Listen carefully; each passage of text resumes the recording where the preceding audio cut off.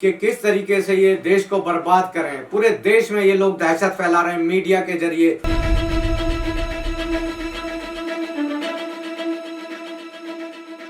नमस्कार दोस्तों, लोकतंत्र प्रेस में आप सभी का एक बार फिर से बहुत बहुत स्वागत है।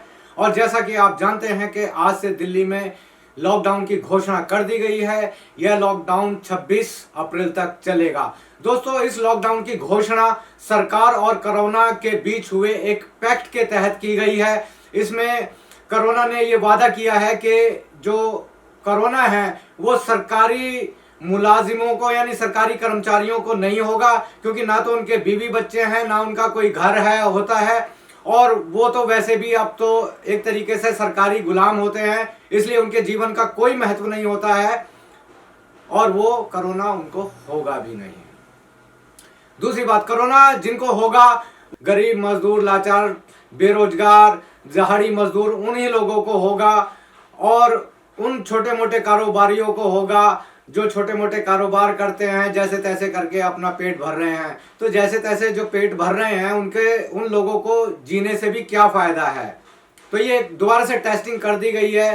कोरोना को कह दिया गया है कि कोरोना इनको लगो। कोरोना पहले कहते थे भाजपा ही कोरोना गो, अब ये कह रहे हैं कोरोना कम, कोरोना कम, कोरोना कम। अब लोग कहेंगे कि ये कैसे कह रहे हैं कोरोना कम, कोरोना कम। ये कोरोना कम तो कह रहे हैं कुंभ से, वहां से इन्होंने एक बहुत बड़ा कुंभ कोरोना जिहाद छेड़ा हुआ है, जिससे कि वो लोग पूरे देश में जा जाके प्रसाद की तरह कोरोना बांटेंगे।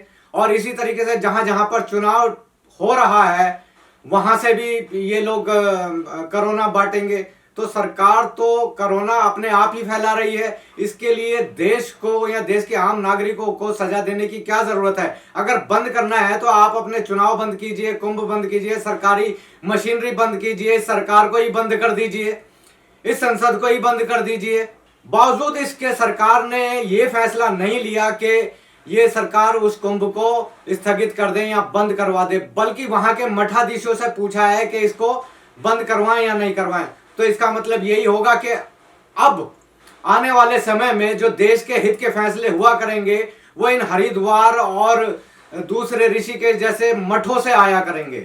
टैंकर को ले जाने के लिए, ट्रक को ले जाने के लिए किस तरीके से ये आपदा में अवसर ढूंढते हैं कि भाजपा के नेता मध्य प्रदेश में उस टैंकर को रवाना करने से पहले यहाँ की जो कि एक बहुत इमरजेंसी हो सकता है, वो उसको रवाना करने से पहले अपना फोटो खिंचवा रहे हैं, पूजा पाठ कर रहे हैं, तब जाके उस टैंकर को यानी 2-4 घंटे के बाद में उस टैंकर को छोड़ा, उस ट्रक को छोड़ा ऑक्सीजन के। इस बीच में हो सकता है ना जाने कितने लोग मर गए होंगे, और वैसे लोग मर जाएं इनको फर्क भी कुछ नहीं पड़ रहा है।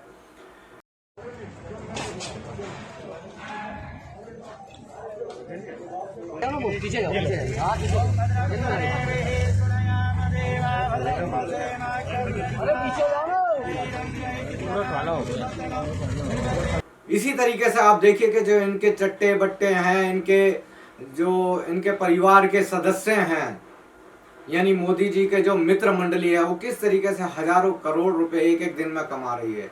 लेकिन इन्हें जो दुश्मनी हो रही है, इन्हें जो नफरत है इस देश के आम नागरिकों से है, क्योंकि वो जीना चाह रहे हैं। दोस्तों, देश में लॉकडाउन लगाना, बार बार लॉकडाउन लगाना और देश को बदहाली की तरफ धकेलना, यानी आम आदमी को बदहाली की तरफ धकेलना, इसका मतलब है कि इस व्यवस्था के पीछे एक बहुत बड़ा षड्यंत्र काम कर रहा है, बहुत विध्वंसकारी षड्यंत्र काम कर रहा है, जो कि ये चाहता है कि इस देश के आम लोग इस तरीके से बर्बाद हो जाएं कि वो अपने जिंदा रहने को ही बहुत बड़ी उपलब्धि मानने लगें और इस सरकार के कार्यकलापों के बारे में कभी ना सोचें। इस देश में दहशत फैलाए हुए हैं, एक अजीब सा माहौल क्रिएट किया जा रहा है कोरोना के नाम पर, एक साइकोसिस फियर क्रिएट किया जा रहा है कि किस तरीके से ये देश को बर्बाद करें। पूरे देश में ये लोग दहशत फैला रहे हैं मीडिया के जरिए और आम लोगों।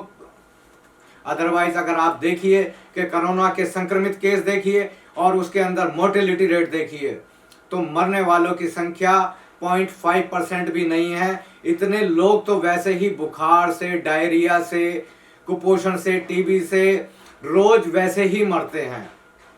तो फिर ये कोरोना क्या है? कोरोना दरअसल इनका दोस्त है, इनका यार है कोरोना, इनका प्यार है कोरोना। ये इसीलिए कि इस कोरोना को फैला कर रखना चाहते हैं और इनसे इसका पैक्ट हो गया है। दोस्तों, आगे पूरी व्यवस्था क्या है, आगे क्या होगा, ये क्या इनकी सोच है, क्या इनकी समझ है, आप इस पर जरूर विचार कीजिए। बाकी जो भी कार्य संवैधानिक प्रक्रियाओं के जरिए किया जाता है वो सरकार ही कर रही है, तो उन प्रक्रियाओं का आदर भी होना चाहिए। लेकिन इस बात पर जरूर सोचिए कि आखिर इसके पीछे षड्यंत्र क्या है, आखिर इसके पीछे षड्यंत्र क्या है। धन्यवाद। गौपथ स्मार्ट मेमोरी आयुर्वेदिक सिरप। इस सिरप से दिमाग और याददाश्त के विकास के लिए IGF-2 और DHA की कमी एकदम खत्म हो जाती है। My memory is smart memory. I am a smart girl. Are you? गौपथ स्मार्ट मेमोरी आयुर्वेदिक सिरप। बाल झड़ना, डैंड्रफ और बालों की हर समस्या का इलाज निशा हर्बल ऑयल। आयुर्वेदिक गुणों वाला निशा हर्बल ऑयल। कोरोना के इस संकट काल में घर बैठे करें स्वरोजगार की पढ़ाई। मध्य प्रदेश का अटल बिहारी वाजपेयी हिंदी विश्वविद्यालय आपको बनाएगा आत्मनिर्भर। प्राथमिक चिकित्सा विशेषज्ञ डिप्लोमा करें और पाएं नौकरी, या शुरू करें अपने खुद का फर्स्ट एड सेंटर।